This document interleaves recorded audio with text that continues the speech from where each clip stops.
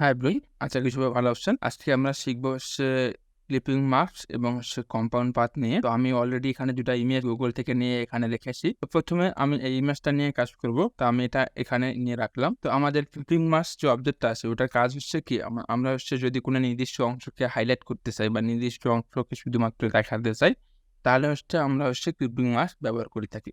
যদি আমি এখান থেকে বোঝাই যে ধরেন শুধুমাত্র এই ফ্লোরটা আমি দেখাবো এবং বাড়তি অংশগুলো আমি দেখাবো না। সেক্ষেত্রে আমরা এখান থেকে যদি একটা শেপ ড্র করি বা একটা রেক্ট্যাঙ্গেল ড্র করি অথবা একটা ইলিপ ড্র করি, আমরা যে অবজেক্টটাই ড্র করব সেটির মাধ্যমে আমরা ক্লিপিং মাস্ক করতে পারবো। ধরেন যে আমি শুধুমাত্র এই অংশটুকু দেখাবো এবং বাড়তি অংশটুকু দেখাবো না। শুধুমাত্র এই যে আমাদের ব্ল্যাক কালারের ভেতরে যে অংশটুকু আছে সেটি দেখাবো। এটি যদি স্টক কালার হয় তবুও সমস্যা নাই এবং এটা যদি ফিল কালার হয় এর করেও কোনো সমস্যা নেই। আমরা স্টক কালার বা ফিল কালার বা কোনো নান কালার, যদি কোনো কালারই না থাকে সেটা দিয়েও করতে পারবো। আমাদের এখানে যে পাতটা দেখতে পাচ্ছেন এটা যদি স্টক কালার হয়, আমাদের এখান থেকে স্টক কালার হয় সেটা দিয়েও করতে পারবো। আবার এখান থেকে যদি ফিল কালার হয় সেটা দিয়েও করতে পারবো এবং সেটা যদি নান কালার হয়, শুধুমাত্র পাত হয়, সেটা দিয়েও আমরা ক্লিপিং মাস্ক করতে পারবো। কিন্তু আমরা শুধুমাত্র এতটুকু মনে রাখবো যে ইমেজটার উপরে আমরা ক্লিপিং মাস্কটা অ্যাপ্লাই করবো তার উপরে মূলত আমার অবজেক্টটা থাকতে হবে। এই অবজেক্টটা কিন্তু আমার এই ইমেজের উপরে আমি আর্ট করছি। তো এটা আমার একটা পাথ নিয়েছি। এটা আমি আবারও বলছি যে এটা ফিল কালার হলেও সমস্যা নাই, স্টক কালার হলেও সমস্যা নাই এবং শুধুমাত্র পাথ হলেও সমস্যা নেই। আমি যদি এখানে ফিল কালার দিই, হোয়াইট কালার দিলাম এবং দুইটাকে এখন আমি সিলেক্ট করলাম। আপনারা একটু খেয়াল রাখেন, আমার যে ইমেজটা আছে তার উপরেই তা। তো এখান থেকে যদি আমি ক্লিপিং মাস্ক এখান থেকে করে দিই তাহলে কিন্তু এটা আমার অ্যাপ্লাই হবে। সেমভাবে যদি আমি এখানে রাইট ক্লিক করি, রাইট ক্লিক করার পর এখান থেকে মেক ক্লিপিং মাস্ক দেয়, আমার সেম কাজটা হয়ে গেল এবং বাড়তি যে অংশগুলো ছিল সেগুলো আমার হাইড হয়ে গেলো, শুধুমাত্র এই ফ্লোরটা আমার এখানে দেখা যাচ্ছে। তো আমি যে কন্ট্রোল জেড দিলাম, এবার যদি আমি একটু অন্য একটা রেক্ট্যাঙ্গেল নিই, আমি এটাকে ডিলিট করে দিলাম। ধরেন যে আমি একটা স্টার নিলাম, স্টার নিয়ে এইটার উপরে অ্যাপ্লাই করলাম। তো এখানে একটু খেয়াল রাখবেন, আপনারা যখন যে ইমেজটা নেবেন, দেখেন আমার স্টারটা কিন্তু এই ইমেজের বাইরে চলে গেছে। আমি যখন একটা ক্লিপিং মাস্ক করবো এই অংশটা কিন্তু ফাঁকা থাকবে, এই অংশটা কিন্তু ফাঁকা থাকবে। তো আমি এটা ব্যাকগ্রাউন্ডের ভেতরে নিয়ে নিলাম, ধরেন যে এইটুকু অংশ। এবার আমি দুইটাকে সিলেক্ট করলাম, রাইট ক্লিক, ক্লিপিং মাস্ক, শুধুমাত্র ওই অংশটা আমার হাইলাইট হলো। আচ্ছা, এবার যদি আমি আরেকটা অবজেক্ট ড্র করি এখান থেকে, ধরেন যে আমি রেক্ট্যাঙ্গেল নিলাম, আমি কন্ট্রোল জেড দিলাম, আমার দুটোই ডিলিট হয়ে গেছে। আমি এটাকে ডিলিট করে দিলাম এবং এখান থেকে একটা রেক্ট্যাঙ্গেল নিলাম। এবার চাচ্ছি যে শুধুমাত্র এই অংশটা কিন্তু আমার থাকবে। আমি স্টক কালার নিলাম দেখার জন্য, শুধুমাত্র এতটুকু অংশ আমি দেখাবো, বাড়তি যে অংশগুলো আছে এগুলো আমি দেখাবো না। আমি দুইটাকে আবারও সিলেক্ট করলাম, রাইট ক্লিক করলাম, মেক ক্লিপিং মাস্ক। তো ক্লিপিং মাস্কের কাজ মূলত এটাই। তো আমি এটা এই অবস্থায় রাখলাম। আমি এখানে একটা সিটি শহরের একটা ইমেজ বের করে রাখছি।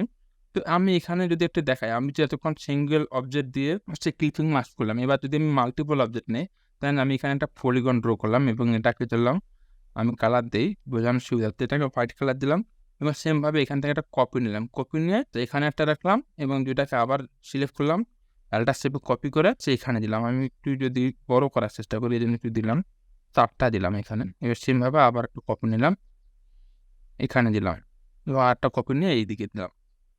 তো আমি অনেকগুলো এখানে অবজেক্ট আর্ট করলাম। আমি সবগুলোকে একটা একটা করে সিলেক্ট করলাম। এখানে যতগুলো আমি অবজেক্ট ড্র করছি এগুলো কিন্তু প্রত্যেকটা আলাদা আলাদা করে একটা করে অবজেক্ট আছে এখানে।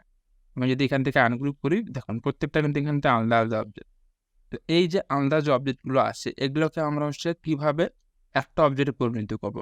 তো আমি যদি এখানে সিলেক্ট করি, এখানে আনগ্রুপ করে দেওয়া আছে, আমি গ্রুপ করে দেওয়া আছে, আমি আনগ্রুপ করে নিলাম। এখন কিন্তু দেখেন প্রত্যেকটা আলাদা আলাদা আছে।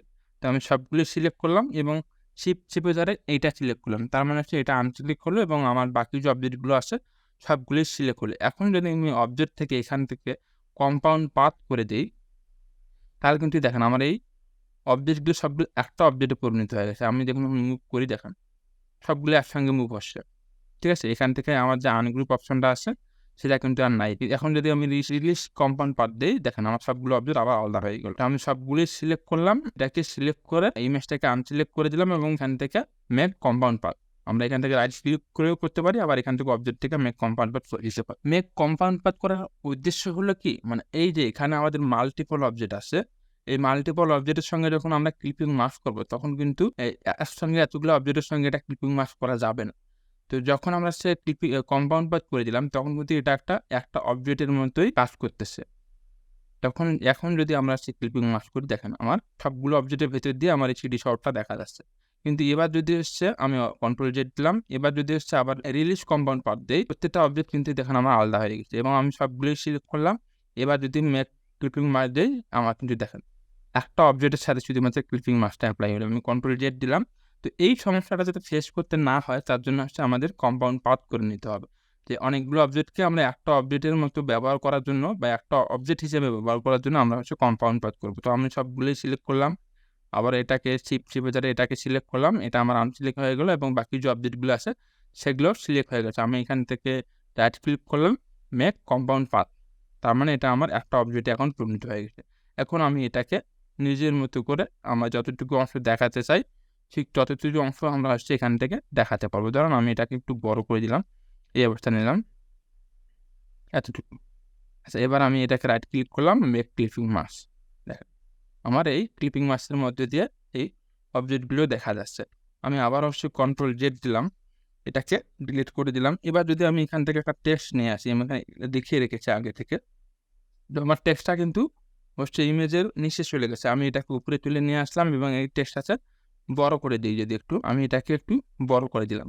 আচ্ছা, এখানে আমি সবগুলোকে বোল্ড করে দিচ্ছি এবং হচ্ছে ক্যাপিটাল করে দিচ্ছি। এবার যদি হচ্ছে আমি দুইটাকে সিলেক্ট করি এবং রাইট ক্লিকিং মার্ক যে দেখেন আমার ওই টেক্সটের মধ্যে দিয়ে ওই ইফেক্টটা অ্যাপ্লাই হলো বা ওই টেক্সটের মধ্যে দিয়ে আমি সেটি শর্টটা দেখতে পাচ্ছি। এবং আমি যদি এখান থেকে টেক্সট টুলটা নিয়ে এটা এখানে আরও অন্য কিছু লেখার চেষ্টা করি, এখন দেখেন আমি এটা কিন্তু লিখতে পারি। আমি যদি শুধুমাত্র এখানে চারটা ও দিলাম, দেখেন আমার ওই টেক্সটের ভেতর দিয়ে ব্যাকগ্রাউন্ডটা দেখা যাচ্ছে। কিন্তু এখানে একটা প্রবলেম হচ্ছে কি, যে আমার অর্ধেক অংশ দেখা যাচ্ছে না। তার কারণ হচ্ছে কি, আমার যে ব্যাকগ্রাউন্ড ইমেজটা ছিল সেটা শুধুমাত্র এই পর্যন্ত ছিল, এর বাইরে ছিল না।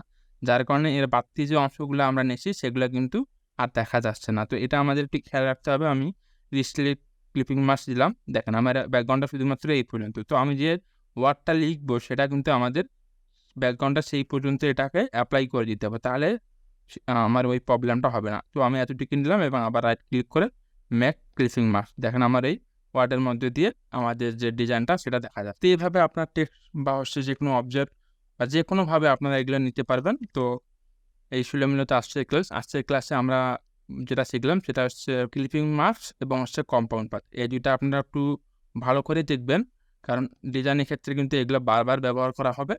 তো একটু মনোযোগ দিয়ে দেখবেন। তো নেক্সট ক্লাসে আমরা হচ্ছে টাইপ 3 নিয়ে আলোচনা করব। সে পর্যন্ত সবাই ভালো থাকবেন। ধন্যবাদ।